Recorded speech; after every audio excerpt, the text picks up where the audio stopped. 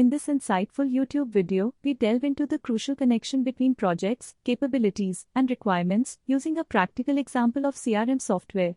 Essential knowledge for certified enterprise business analysts, it offers a clear understanding of how these elements interplay in the business world. Why do we do projects? The purpose of executing projects is to add the capability of an organization. This is to transform an organization from the current state to the desired future state.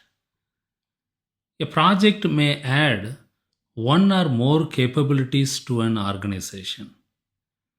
Each capability is formed by a set of requirements. Let us take the example of a CRM project. The purpose of this project is to better manage customer data and to enhance customer satisfaction through good service. One of the capabilities of this CRM software is search capability. By providing any one piece of information related to the customer, such as name, street, city, phone, etc., the CRM executive should be able to get the records that match with the search term. The CRM software possesses several such capabilities. We just discussed one for example. There are several requirements at the foundation of this search capability.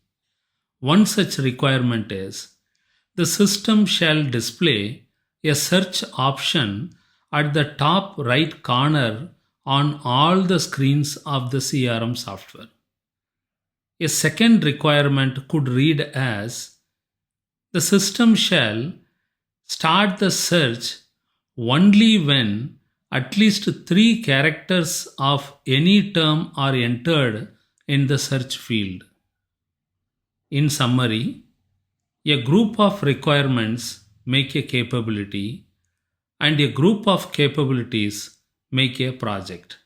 To attain mastery in business analysis and progress in your career, please explore physics certificates and micro certificates in business analysis.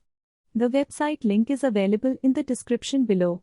For more details about our business analysis training, business analysis certifications, and business advisory services, please visit our website.